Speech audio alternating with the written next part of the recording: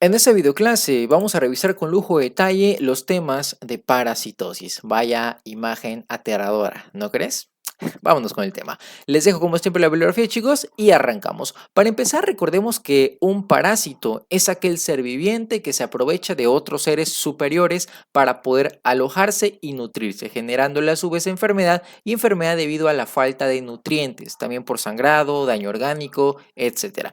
¿Cómo clasificamos pues a los parásitos? Los llamaremos helmintos y protozoarios. Recuerden que los protozoarios, a excepción de Giardiasis por Giardia lamblia, que es un parásito muy importante que veremos el día de hoy, ya están en el Patreon disponibles, es decir, malaria, trypanosomiasis, leishmaniasis, etcétera. Así que si quieres ver únicamente este apartado de protozoarios, te recomiendo que te vayas al apartado de infectología y los revises a detalle. Entonces, dentro de estos helmintos hay clasificaciones. A estos helmintos los subclasificamos en nematelmintos y platelmintos. Los platelmintos serán los parásitos planos. ¿Por qué? Porque tienen una forma aplanada, literalmente como si fueran una hoja o un papel. Tienen un sistema digestivo, por lo tanto, incompleto o nulo. Son típicamente hermafroditas, ojo con ese dato, es decir, tienen los dos aparatos reproductores, los dos sexos. En cambio, los nematelmitos tienen una estructura tubular, su sistema digestivo es completo, por el clásico gusanito, ¿no? De tierra, algo parecido, chicos, pero dentro de tu intestino. Tienen una reproducción sexual completa, precisamente porque hay tanto macho como hembra, y tienen musculatura que les permite movilizarse a lo largo del intestino y causando así una invasión masiva a los distintos órganos de nuestra economía. La única excepción de los platelmintos que no son hermafroditas son los esquistosomideos. Entonces, mis chicos, dentro de esta misma clasificación previamente vista, vamos a empezar a estudiar las infecciones por platelmintos, subgrupo céstodos, unos parásitos que te van a dar miedo. ¿Cuáles son los cestos que estudiaremos? Todos. Tenias, la famosa solitaria, Hymenoplepsis nana y Echinococcus granulosus, ¿de acuerdo? Principalmente las tenias, que en un capítulo de Doctor House, ahí para los que les encantaba ver esa serie, a mí me encanta, el mismo House pudo sacarle el parásito en una tenia con las manos a una paciente con deficiencia de vitamina B12, aún con tratamiento de la misma, es decir, una deficiencia de B12 refractaria al tratamiento. ¿Recuerdas el capítulo? No te preocupes, te dejo una imagen del capítulo en pleno acto. Aterrador, ¿no crees? Desde aquí se ve su rostelo con sus ganchos con los que se trepa al intestino esa pequeña amiguita. Empezamos con la teniasis y cisticercosis, que ojo, no son lo mismo, ni siquiera en etiología. Esta parasitosis generada por céstodos, es decir, gusanos planos, ya lo habíamos comentado, y le pusieron céstodos porque su cuerpo está dividido, está como seccionado, si se dan cuenta. En la imagen del lado derecho pueden ver las diferencias de la tenia solium versus la tenia saginata. Es muy importante saber las diferencias porque la clínica cambia muchísimo. Los cuerpos planos, alargados de los dos parásitos que miden varios metros de longitud poseen como cuadritos. Estos, les digo, están seccionados y estos cuadritos reciben el nombre de proglótides, que característicamente los expulsan los pacientes cuando defecan. Todos estos saliendo de una cabeza que se llama escólex.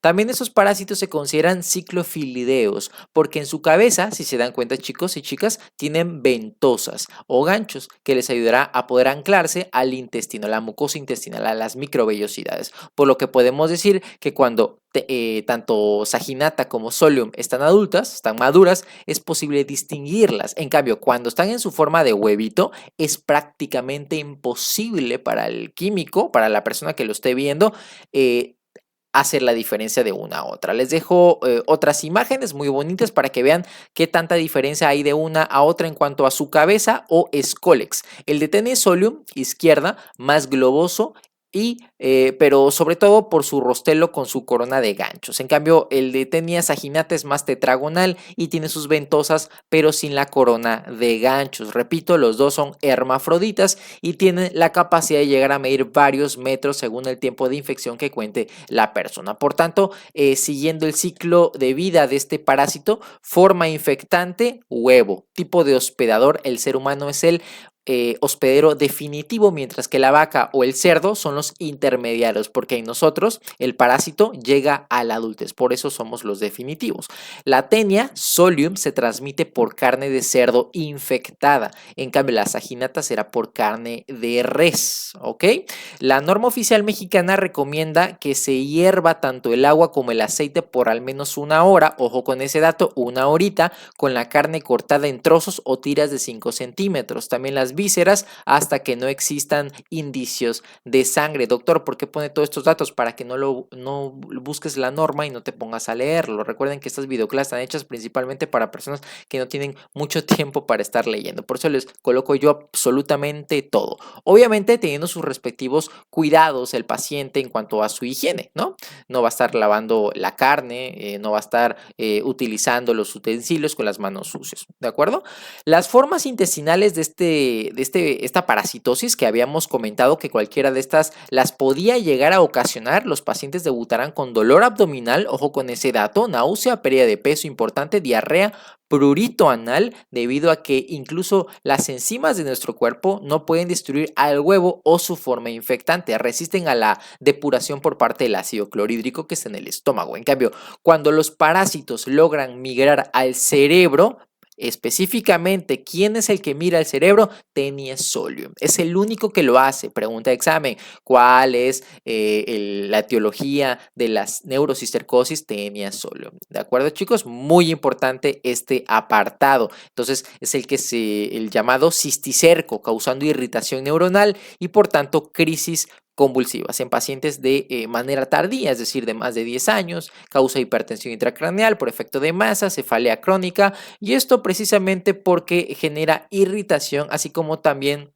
esta misma hipertensión intracraneal debida al hipoflujo de líquido cerebroespinal, etcétera. El diagnóstico será por visualización directa, esto cuando está en su forma adulta, debido a que decíamos que con el huevo era imposible diferenciarlas una a otra. Se parecen demasiado las dos, entonces no sirve de nada. En caso de formas neurológicas, la norma refiere que solicitemos tomografía o resonancia magnética. Las técnicas de CAT-CATs y demás ya no son tanto como técnicas de elección. Datos importantes que vienen en la norma oficial mexicana, chicos: caso sospechoso y caso probable. Ahí se los marqué en rojito.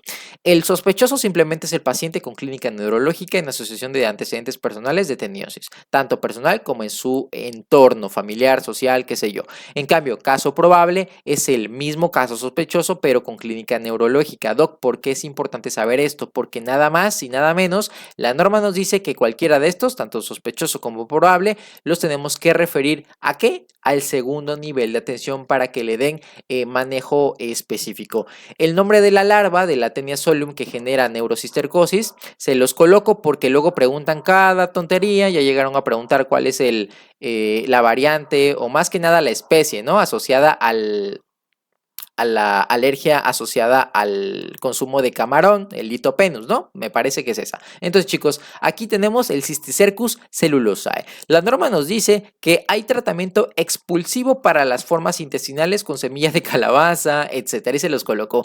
Lo dijimos, referencia segundo nivel para todo caso sospechoso o probable, manejo, menores de 5 años, praziquantel, mayor con albendazol, el esteroide se reserva para casos de neurocistercosis. Seguimiento control a los 3 meses con sus labs, si no hay mejoría en 3 semanas de manejo, repetimos todo con la misma dosis. Del lado derecho, manejo para forma intestinal, para saginata, albendazol y praziquantel. Y como siempre, yo les colocaré todo, incluso las cosas que pueden llegar o pueden pensar ustedes que no se preguntan, pero mejor preparado y prevenido para cualquier circunstancia. La norma nos dice que hay técnicas para poder verificar que no haya cisticercos en la carnita. Esto revisando y palpando la superficie inferior de la lengua de los animales, principalmente ¿de quién? Del cerdo, ¿no? Antes de sacrificarlo, después de hacerlo, hacer 2 incisiones en los músculos tríceps y anconio, así como en el macetero. Bueno, al menos nos volvimos carniceros con esta clase.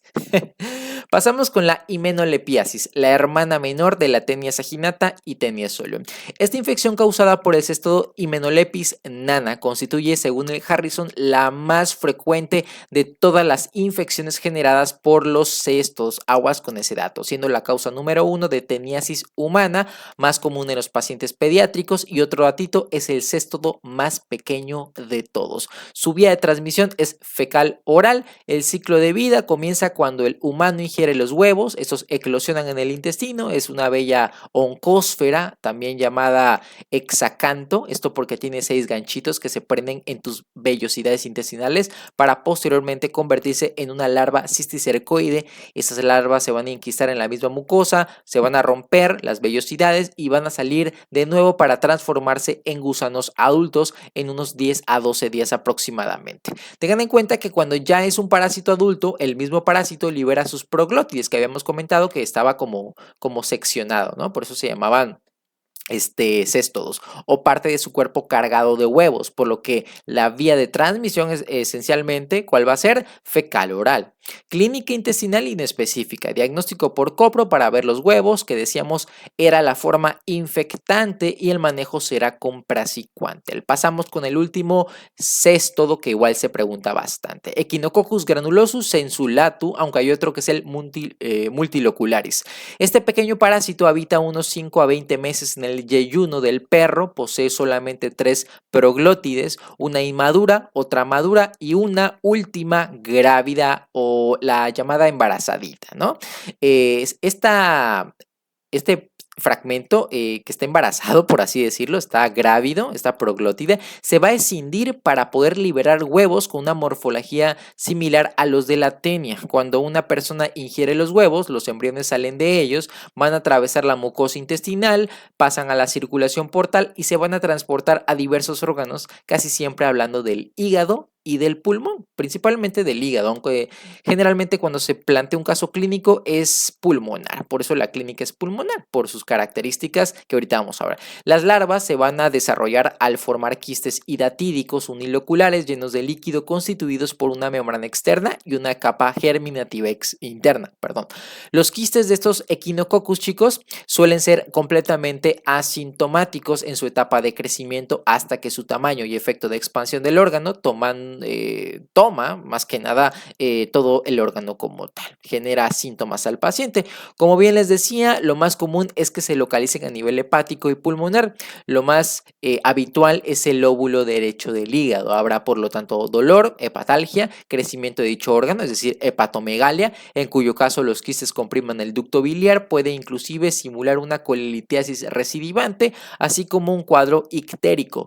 Y esto hablando específicamente de ictericia directa, ¿vale? Es decir, a expensas de bilirrubina directa. La rotura o fuga episódica de un quiste puede conllevar a que el paciente desarrolle un cuadro febril, urticaria, eosinofilia, inclusive hasta la misma anafilaxia. Ahora, cuando los quistes se localizan a nivel pulmonar, estos pueden romperse hacia el árbol bronquial o la cavidad pleural, causándole tos, flema, disnea, dolor torácico, inclusive hemoptisis. Por ahí nos dice el CTO de infectología, vómito como pellejos de uva. Sin embargo, hay otras localizaciones menos frecuentes como el cerebro, la pelvis, inclusive el mismo corazón. Los estudios radiográficos y de imagen son muy importantes para poder identificar y valorar los quistes equinocócicos. Las radiografías simples nos ayudarían a ver quistes pulmonares de Echinococcus granulosus sensulatum. Las ecografías o ultrasonografías y la tomografía tienen un buen rendimiento porque veremos una masa polilobulada principalmente. La prueba de aglutinación indirecta será positiva hasta el 85% de los casos, más que nada cuando existen quistes hepáticos, negativizándose después de una cirugía o después del procedimiento. El test de Casoni será positivo hasta el 90% de los casos, y ese puede seguir aún positivo después de operar a la persona del mismo quiste. Sin embargo, actualmente el CTO nos dice que la prueba con IgG4 es el marcador más específico. Si esta prueba sale positiva después de la cirugía, nos hablaría de una reactivación de la infección. En cuanto a las complicaciones, la más común de todas, y se las coloqué, la rotura de la vía biliar hasta en el 10% de todos los pacientes, y se manifiesta como un cólico biliar, ictericia y prurito. Si padeces de tripofobia, adelante el siguiente tema. Si no, este es el enquistamiento del parásito. El manejo será con quistectomía y albendazol. En caso de que haya quistes muy grandes y múltiples, haremos hepatectomía parcial. En caso de quistes calcificados, muy pequeñitos y con serología negativa, el CTO nos dice no hacer absolutamente nada. En caso de que el paciente ya sea muy anciano, esté muy debilitado, vamos a realizar una resección parcial con marsupialización, pudiendo agregar de igual forma el albendazol. Ahora, para países en vías de desarrollo, la OMS recomienda la técnica PAER, que es una punción guiada por ecografía y aspiración de los quistes, aplicando una inyección de alcohol o salino, suerosalino hipertónico. Bien, chicos, con eso terminamos con los temas de céstodos. Pasamos con los tremátodos, que al igual que los céstodos son parásitos bien planitos. Aquí la característica es que tienen una forma de hojas, también se llaman duelas por su apariencia a las mismas hojitas. Las más importantes y que se han llegado a preguntar en el nacional son las esquistosomiasis, la fasciolosis, así que anótale. Arrancamos con la esquistosomiasis. Esta infección parasitaria, también conocida como bilharziasis, es causada por dos hermanitos, o es el Schistosoma manzoni o es el Schistosoma haematobium. La infección se produce por la ingestión de agua contaminada, entonces será el clásico niño o adulto que se va a nadar al río, las aguas llenas del lado oscuro de la ciudad. Los huevos en el agua eclosionan en miracidios, mismos que nadan y penetran a su hospedero, en este caso el caracolcito. Especies como por ejemplo el Bulinus, el Cisopsis, dentro del mismo caracol se va a reproducir asexualmente mediante dos generaciones de esporoquistes, a partir de las cuales se van a desarrollar las cercarias. Estas cercarias van a abandonar al caracol y van a buscar su hospedero definitivo. ¿Ya sabes cuáles son? Exactamente, somos nosotros, los seres humanos, somos el hospedero definitivo, tristemente, en donde se convertirá en su fase de adulto y depositará huevos. Haematobium generalmente, aguas con este dato que les voy a decir. Schistosoma haematobium deposita huevos en la mucosa vesical, o sea, en el urotelio. Por eso su clínica es urinaria. En cambio, Manzoni no hace eso habitualmente, este lo hace en el hígado. Por lo tanto, si el paciente ha adquirido las cercarias del agua contaminada específicamente de la especie Manzoni, el paciente debutará con hepatoesplenomegalia, fibrosis periportal de Simmers, algunos le dicen así.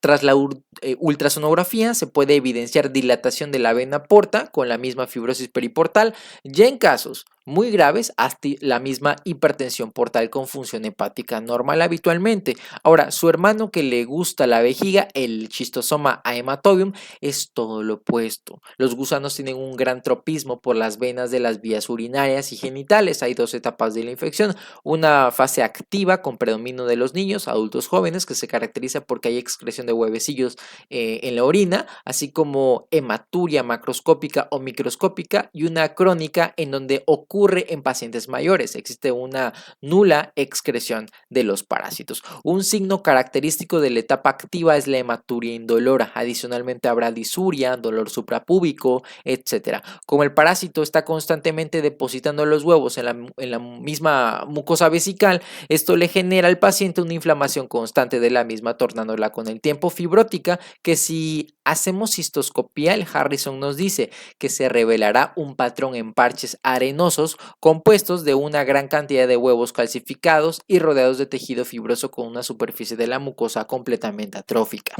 Esta misma fibrosis del urotelio condicionaría con el tiempo a obstrucción irreversible que progresaría a uremia, inclusive a la misma hidronefrosis. Y es tan relevante este parásito, chicos, que en el nacional, dentro del tema de cáncer de vejiga, se llegó a preguntar qué parásito se relacionaba al mismo cáncer o al menos a su desarrollo como factor de riesgo. La respuesta correcta, como puedes ver, es Schistosoma haematobium, el que le encanta el urotelio. Diagnóstico por copro y tratamiento con praziquantel. Pasamos con la infección de los fitness pobres. Yo le digo así y ya vas a ver por qué. La causa de esta parasitosis, fascioliasis, es la fasciola hepática. Lo que quiero que recuerdes es que el ser humano adquiere la infección a través del consumo de plantas acuáticas, específicamente de los berros, que si bien son bastante nutritivos, no todos los lugares cuentan con un buen sistema de potabilización de agua, de desinfección más que nada, ¿no? Desinfección de los vegetales, no cualquiera tiene la plata, las gotitas para poder ponerse a sus berros. Parte del ciclo de vida de este parásito comprende su unión a estas plantas. ¿Cuál es la forma infectante que se une a las plantas? Pregunta de examen, las metacercarias. Doc, ¿me pueden preguntar esto? Por supuesto, las formas infectantes de los parásitos son bastante rentables en el ENARP. No te tienes que aprender todo el bendito ciclo de vida de todos los parásitos, sino únicamente su forma infectante, que en este caso, te repito, son las metacercarias. ¿De acuerdo, chicos? Muy importante. Una vez que el paciente las ingiere, las metacercarias se desenquistan en el duodeno, penetrando la cápsula hepática, se van a movilizar al hígado hacia los ductos biliares, por lo que será común asociar datos como hepatomegalia, hepatalgia y microabscesos, así como dilatación y engrosamiento de la vía biliar. El diagnóstico se hace con serología principalmente en fases precoces, siendo el manejo de elección el uso de triclavendazol. Aquí el Harrison no recomienda el uso de praziquantel, así que aguas con esos datos, ¿vale, chicos? Muy importante este temita de fasciolosis. Finalizamos el apartado de los tremátodos con la paragonimiasis. El ciclo de vida es el mismo, solo que se cambia el hospedador intermediario. Ahora es Larry de Bob Esponja. Puede ser un cangrejo, don cangrejo, o puede ser una langosta, por lo que la forma infectante sigue siendo la misma a través de metacercarias o cercarias. Esos parásitos tienen la capacidad de poder irse al pulmón. Es por esto que la clínica a este nivel será muy evidente. Tos sanguinolenta con apariencia de óxido por los mismos huevos depositados en los bronquiolos, fiebre, diaforesis nocturna, por eso también se les conoce como la enfermedad que asemeja a la tuberculosis, parece muchísimo a la tuberculosis, solamente que aquí el dato a destacar pues sería el antecedente de ir a nadar o consumir estos alimentos como el cangrejo, Larry la langosta. Diagnóstico por copro o serología y el manejo será con praziquantel y triclavendazol. Paragonimus westermani y se ha descrito Paragonimus mexicana. Pasamos a otro apartado muy padre que son los parásitos, los protozoarios, que recuerden lo que les había comentado al principio de la videoclase. Únicamente vamos a ver infección por Giardia lamblia, la giardiasis. ¿Doc? ¿Por qué? Porque, repito, en el Patreon ya están disponibles las otras videoclases de los respectivos temas, malaria, tripanosomiasis, con su forma americana, africana, también llamada enfermedad del sueño, así como la leishmaniasis. Están buenísimos, por lo que si quieres revisarlo, date una vueltita, si no, no pasa nada y continuamos con la videoclase. Ojo, porque la giardiasis tiene su propia guía de práctica clínica, chicas. Así que aguas con esos datitos. Vamos a comenzar. La giardiasis es generada por este protozoario que tiene una carita bien feliz, como puedes darte cuenta. Me acuerdo cuando iba en primer año me encantaba irnos a la sala de patología porque siempre nos hacían ver este tipo de parásitos. Entonces, Giardia lamblia, Giardia duodenalis. ¿Cuáles son los factores de riesgo para que el paciente adquiera la infección por este protozoario? Principalmente que sea pobre, que viva en zonas de pobreza, nivel socioeconómico bajo, poca higiene, inmunodeficiencias, tanto primarias como secundarias, y que viva claramente en zonas endémicas. Es la causa número 1 de parasitosis intestinal a nivel mundial. Ojo con ese dato que es de la guía de práctica clínica. La frecuencia de todas las parasitosis en México es de hasta un 39%. Vaya dato perturbador. Más afectados son los lactantes y los pacientes menores de 4 años. Por lo tanto, la giardiasis siempre se va a ejemplificar en un caso clínico a través de un paciente pediátrico. Habitualmente 9 millones de pacientes mexicanos están infectados. Prevalencia de la giardiasis en el mundo de hasta un 72%, aunque realmente el porcentaje va de muy poquito a muy grande, es muy vasta esta cantidad. A los niños de 3 años, todos los niños han sido infectados. Ojo con ese dato. Pico, inicios de verano hasta inicios de otoño. ¿Cuál es el periodo de incubación? Una vez que el paciente ha adquirido este parásito, este protista, hasta 6 días. Aproximadamente de 1 a 3 semanas es la media. Localización del parásito, si se llama duodenalis, es por algo, ¿no? En el duodeno e intestino proximal. El paciente va a debutar con una diarrea crónica fétida con un síndrome de mala absorción. Diagnósticos diferenciales de mala absorción, chicos: enfermedad celíaca, espuro tropical, entonces antecedente de que el paciente sea pobre, haya ido a zona endémica, sea paciente pediátrico, hay que sospechar de giardiasis. Dolor abdominal, la guía dice que es el síntoma predominante, solo o con otros. Náusea o vómito, pues sí es un cuadro infeccioso. Distensión abdominal, flatulencias, disminución del apetito. La infección por Giardia lamblia se asocia a pobre función cognitiva. Mira, es un parásito que está tetraflagelado aproximadamente, aunque realmente se han descrito varios flagelos, ¿no? 2, 4, 6, 8, 10 aproximadamente, ¿no?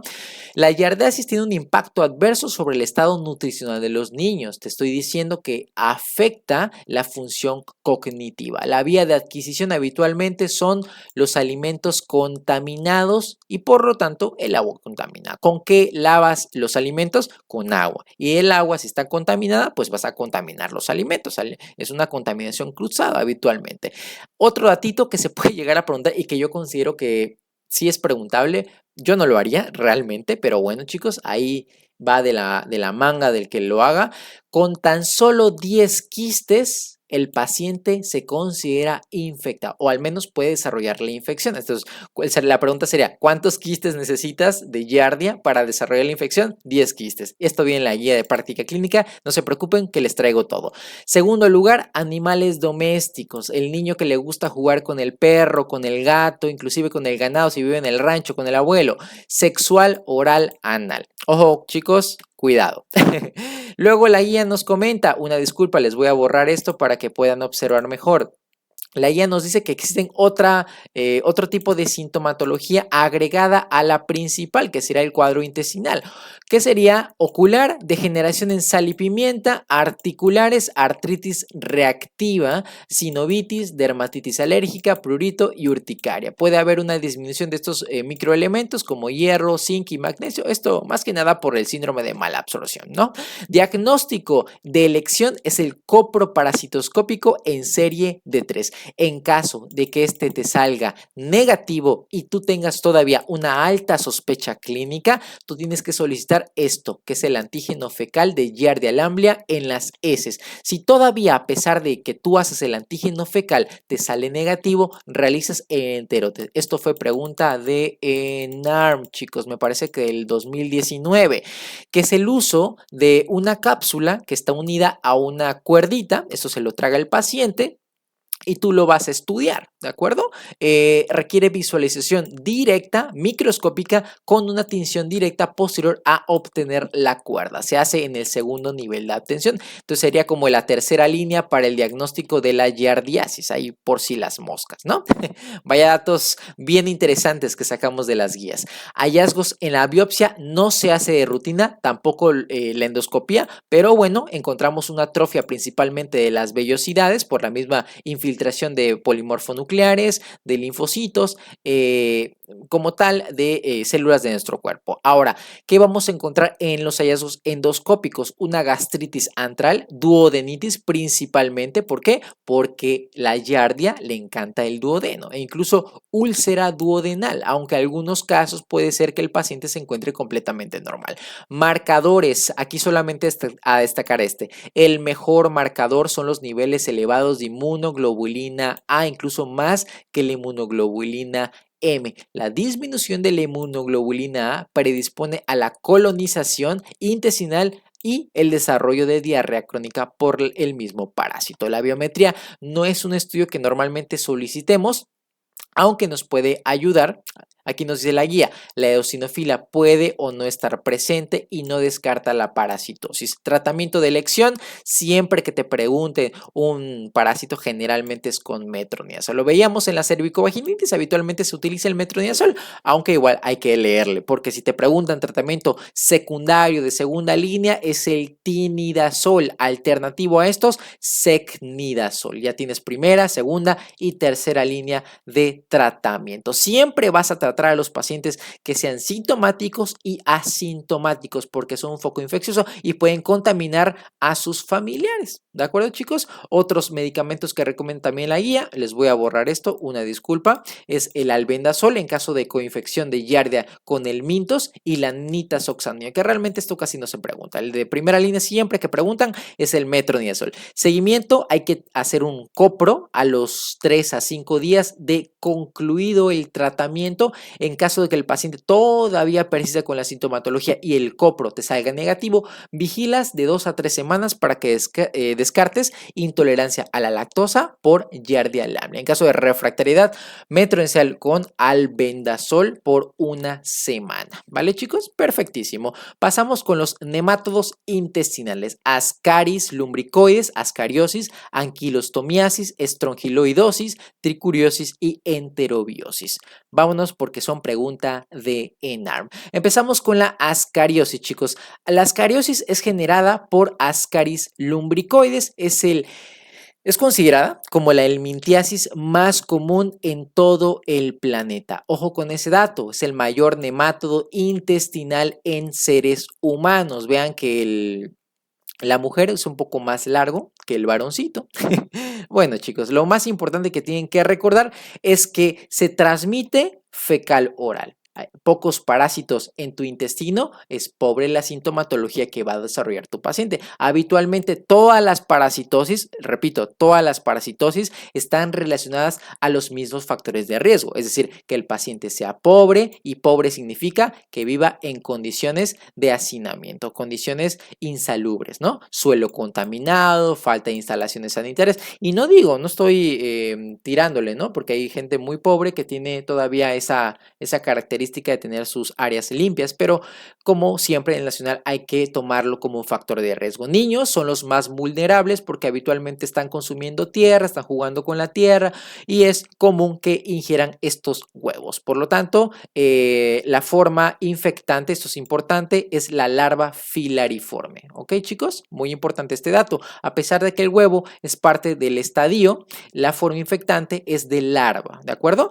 Muchos parásitos te van a causar dolor abdominal con distensión, náusea, vómito, síndrome de obstrucción intestinal. Aquí únicamente cuando es una forma muy severa. Si es una forma en donde hay 1, 2, 3 parásitos, casi no hay síntomas. Cuando hay muchísimos parásitos puede haber inclusive retraso de crecimiento y desnutrición. Las migraciones de estos parásitos que están en el intestino se pueden ir ¿a dónde? A la vía biliar y causante colangitis y pancreatitis. De hecho, las causas raras de pancreatitis, la parasitosis por Ascaris lumbricoides, también apendicitis, lo vimos en el tema de apendicitis, ¿no? Causa rarísima, pero se puede llegar a preguntar, ¿qué es? Obstrucción del apéndice vermiforme por Ascaris lumbricoides, expulsión de parásito por la boca cuando es una parasitosis realmente muy severa, tos no productiva, sensación de ardor retroesternal, neumonía eosinofílica, causa más común de síndrome de Lüffler. Los parásitos se pueden ir al pulmón y causarte este patrón intersticial característico, ¿no? Raro, pero igual se puede llegar a preguntar.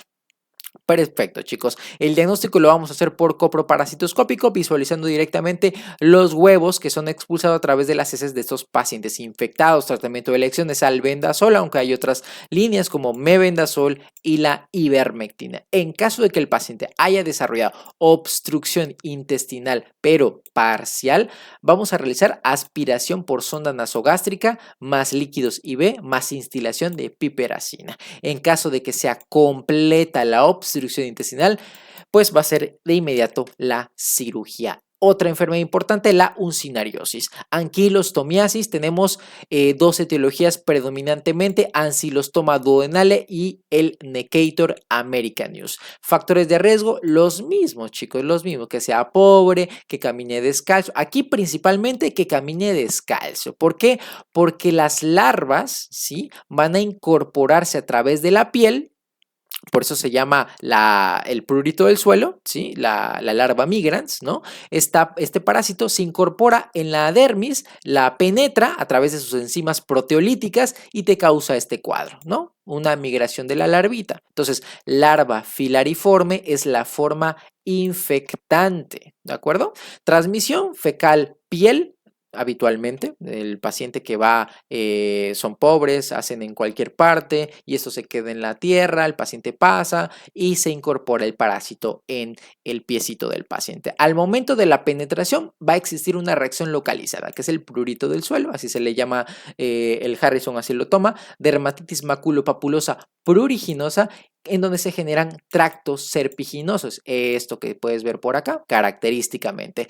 ¿Puede haber síndrome de Lüffler? Sí puede haber síndrome de Lüffler, pero es muy raro. ¿Cuál es la causa más común? Ya te la dije, es Ascaris lumbricoides. Causa número 1, en este caso anemia ferropénica, es su característica clínica más típica, ¿no? La anemia ferropénica, retraso del desarrollo, aunque realmente va a depender de la carga parasitaria. Si el paciente tiene poquitos parásitos, pues no va a ser clínica. Si el paciente tiene una alta parasitemia, lo más probable es que te haga inclusive anasarca o edema por la misma hipoalbuminemia. En la fase intestinal puede haber hipergastralgia, diarrea inflamatoria, hemorragia digestiva, náusea, inclusive hasta vómito. Pero ten en cuenta que de los datos más llamativos es esto, que es el prurito del suelo. Ahí está, mira, sus dientes afilados. Qué miedo con esos parásitos. Diagnóstico por coproparasitoscópico, visualizando directamente los huevitos de 40-60 micrómetros o micras de uncinarias en heces, coprocultivo de Arada mori, pero recuerda que la elección es coproparasitoscópico. Otros hallazgos, hipoalbuminemia y ferropenia. No lo olvides, eso es lo más característico. Consecuencia principal de infección crónica por uncinarias. Esta es la número 1. Tratamiento de elección, albendazol. En el caso de que el paciente haya desarrollado anemia ferropénica, pues le mete su sulfato ferroso vía oral. Nos vamos con la triquinosis causada por trichuria. Este es otro de los parásitos bien interesantes que tiene una forma como de bolillito. Los factores de riesgo siempre son los mismos, como te puedes dar cuenta. Entonces, déjenme tomar un poquito de agua, que se me seca un poco la boca, chicos. Muy bien, chicos. Esta enfermedad normalmente tiene una distribución muy amplia en las regiones tropicales, húmedas y lluviosas. Es más común en los pediátricos, principalmente en zonas pobres. Como se pueden dar cuenta, todos los parásitos habitualmente existen en zonas pobres.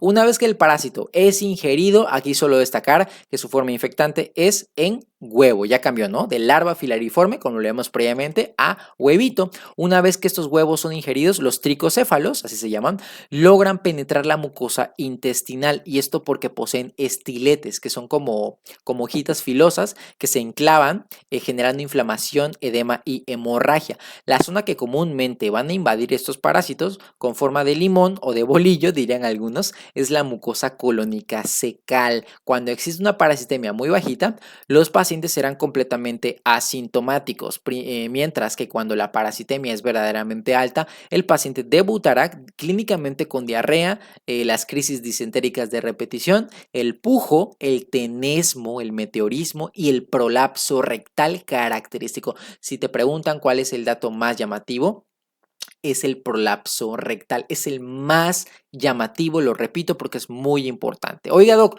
¿cómo es que un parásito puede causar prolapso rectal? Mira, los niños malnutridos puede ser que el paciente previamente ya estaba desnutrido o bien que desarrolló la desnutrición durante la infección. Entonces ya ahí la desarrolla. Bueno, pues la desnutrición genera hipotonía de los músculos perianales y relajación del esfínter anal. Por ello, la mucosa rectal inflamada y sangrante se logra prolapsar debido al hiperperistaltismo y esfuerzos constantes. El pujo, ¿no? Oh, lo está haciendo, y por la misma inflamación repetidamente de la defecación. Además, la mucosa hinchada queda expuesta a sufrir traumatismo que propicia aún más el sangrado y las infecciones o las sobreinfecciones secundarias.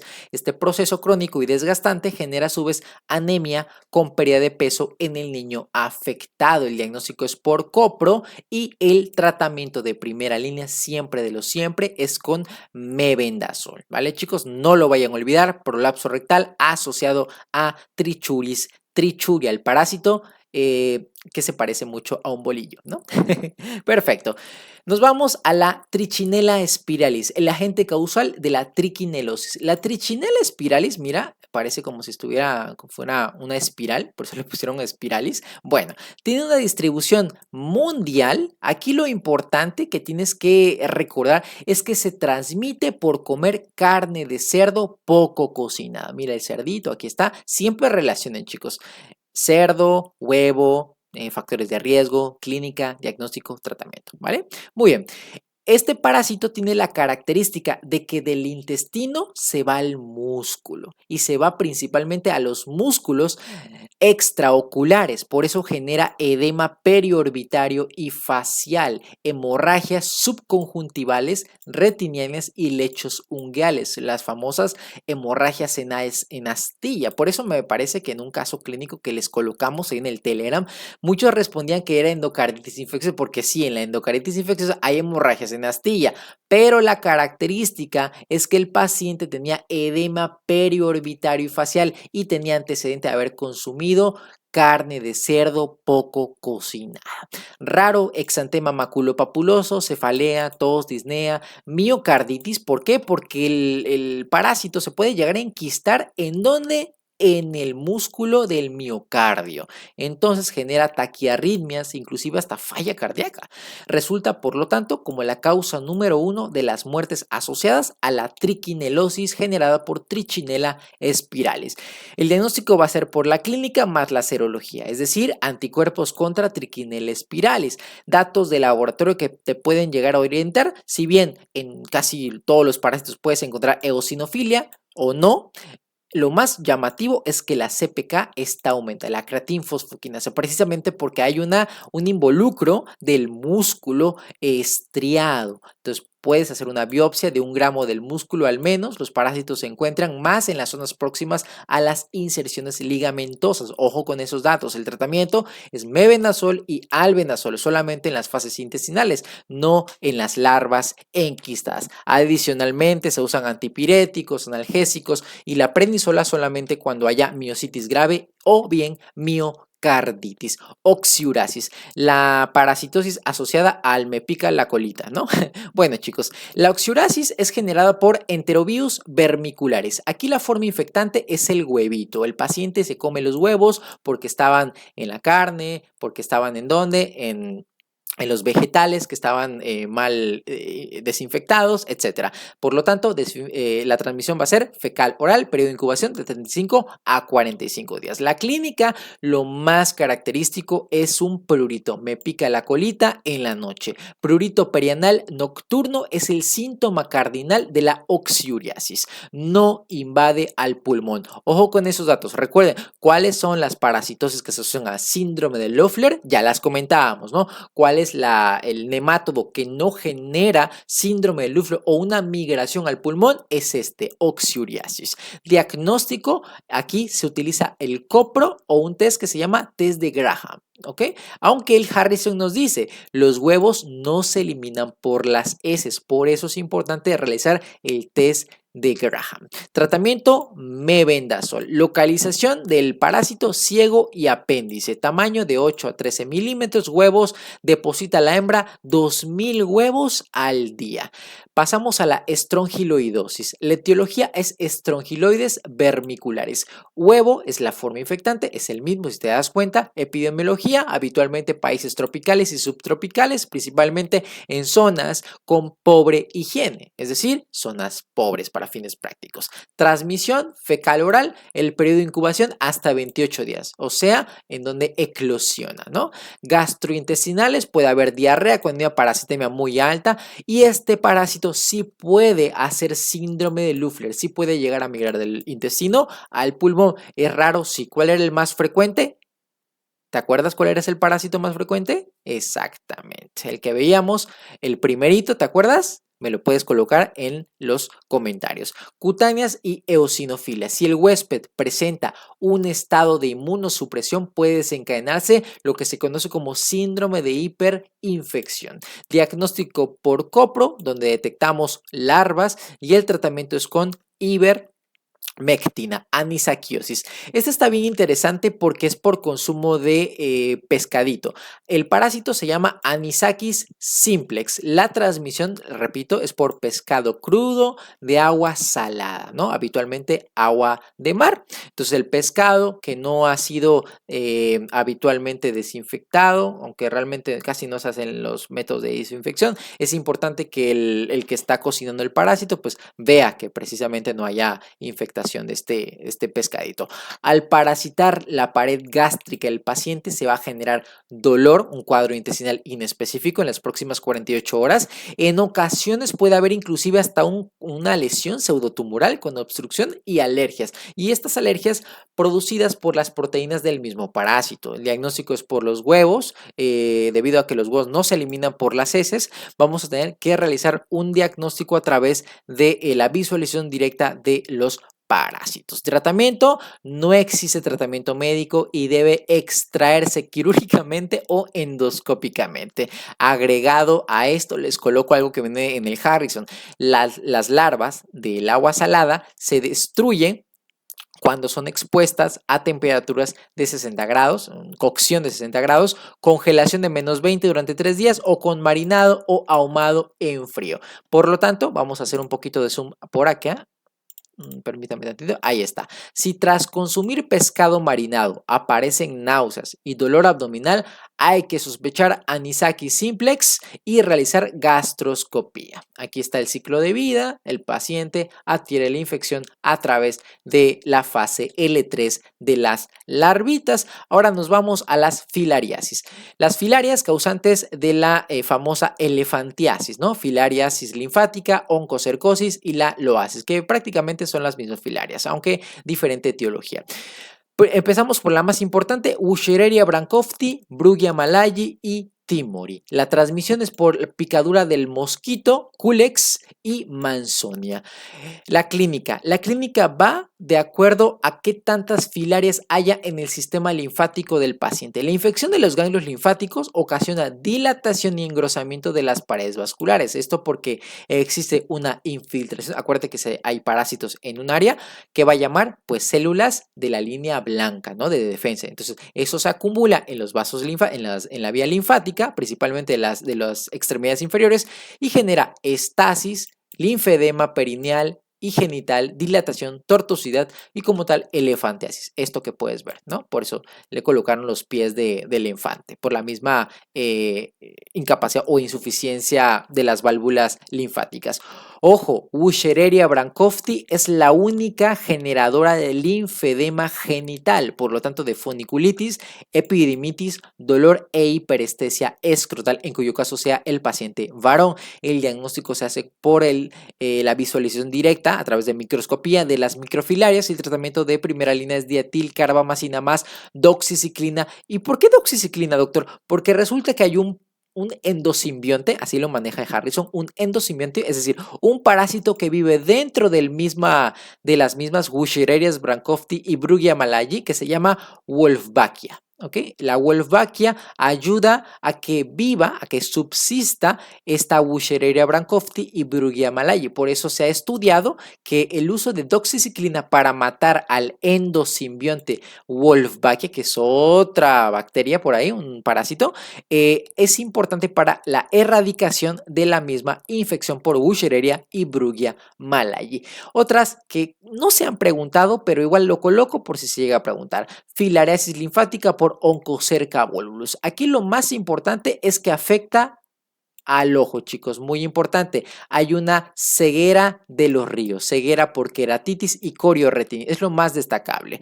El diagnóstico se hace por la detección de estas microfilarias en las prominencias óseas, en los nódulos subcutáneos o en la dermis. El tratamiento es con ivermectina, también puede llegar a generar un cuadro de prurito con exantema, pero repito, lo más destacable es la queratitis y la corioretinitis. LOA. Aquí es bien interesante porque estos parásitos llegan a producir una hipersensibilidad que a su vez genera un edema que se llama edema migratorio de Calabar, ¿no? Con eosinofilia y conjuntivitis. ¿Pero por qué la conjuntivitis? Porque el parásito migra al ojo, ¿ok? De hecho, ahí en el Harrison vienen unas imágenes bien inéditas que les van a gustar para aquellos que les encanta ver ese tipo de cosas, en donde es importante sacar al parásito a través de artefactos. O sea, no es necesariamente necesitas algo para poder erradicarlo, aunque por ahí nos dicen que el tratamiento de primera línea es la dietilcarbamazina y el diagnóstico es por microfilarias en sangre. Eso es todo de mi parte. Espero te haya gustado la videoclase. Si tienes alguna duda, no dudes en dejarlo en la caja de los comentarios. Vimos absolutamente todos. Y bueno, chicos, nos vemos en la próxima videoclase.